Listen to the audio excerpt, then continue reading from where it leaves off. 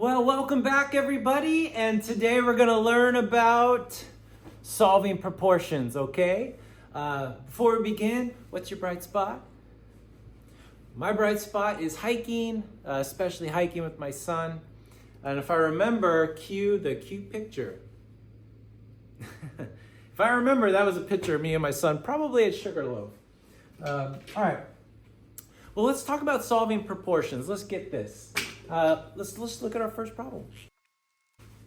All right, so what we're going to do is we are going to use a mathematical technique called cross multiplying to solve this. And what cross multiplying does is it actually harnesses a really cool property about things that are proportional. So let me write two proportions that we know are true. All right, so you agree with me, right? That 1 is to 2 is the same ratio as 5 is to 10. So anytime you have two fractions that equal each other, we call it a proportion.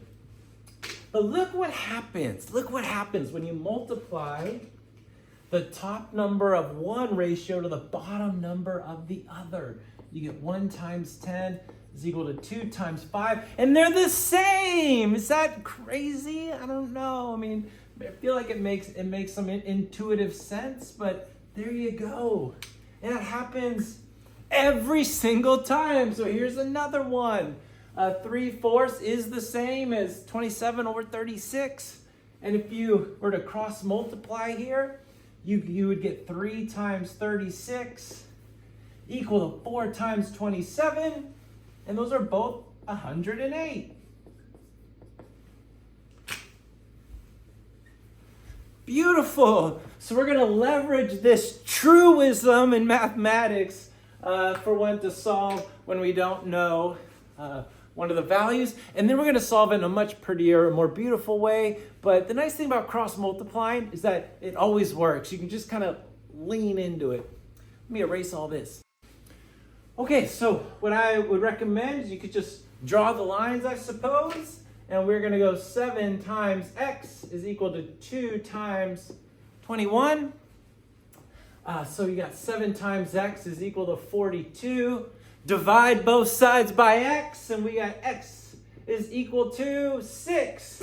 Get out that green marker, circle it, love it, love it. But there are other ways to think about this problem, right?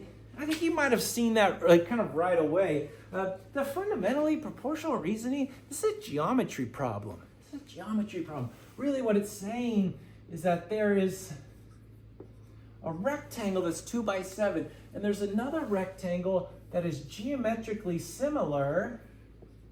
We're trying to find that other proportion.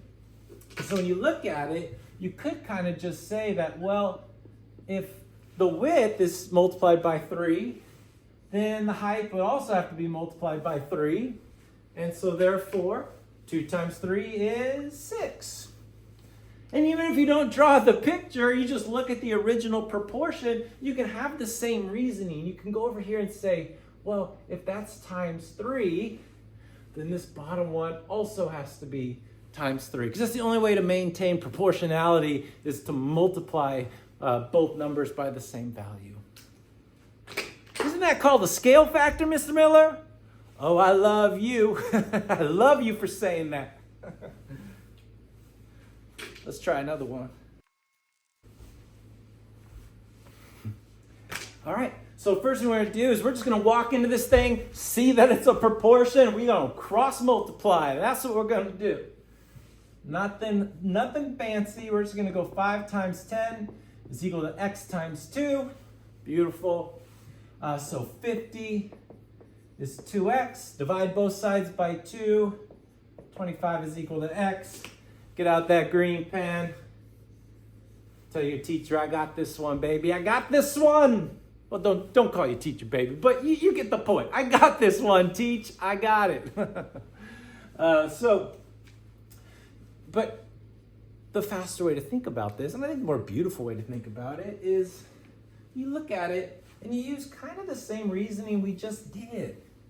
You say, oh, that is times 5. So if they're going to be proportional, that numerator also has to be multiplied by 5. So 5 times 5, 25. There's your answer. Because it is, again, it's a geometry problem. You've got this 2 by 5 rectangle that is now geometrically similar to something that has a length of 10, right? And a height of, I don't know, right? Question mark.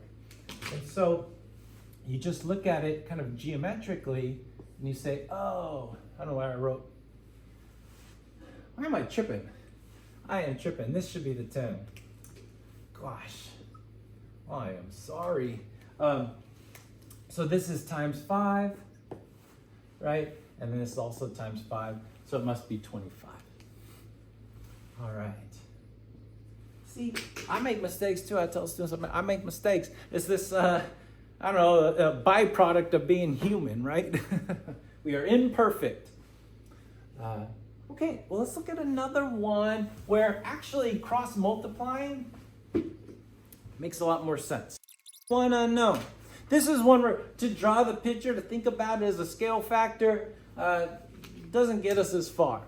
So I would look at this and do what we did on the last couple problems, which is just cross-multiply. Just roll right through it. So we got 10 times x is equal to 7 times x plus 6. And you got to be able to solve the equation. So let's just do it. Let's use the distributive property. Need all my variables on the same side of the equation. So I'm going to take that 7x, move it over here. And by subtracting, so I'm going to end up with just 3x. All right. Lastly, I just need to divide. And I get 14. Perfect, right? So again, just you can always cross multiply. It'll always work, never fails. And now if you look back at the problem, the geometry makes a lot of sense, right? Because you've got this 7 by 10. And now it's geometrically similar. So if that's 14, this is 20, right? To one that's 14 by 20. So it's like, oh yeah, that makes sense. That makes a lot of sense. All right. You know, when I was a kid, I used to listen to this radio sports announcer named Ralph Barbieri, and he ended every one of his shows. He would say, his sign-off was, remember, angels fly because they take themselves lightly. He passed away in 2020, but in his spirit, I suppose, I'm going to end this video by reminding you that angels fly because they take themselves lightly. Take care of yourself.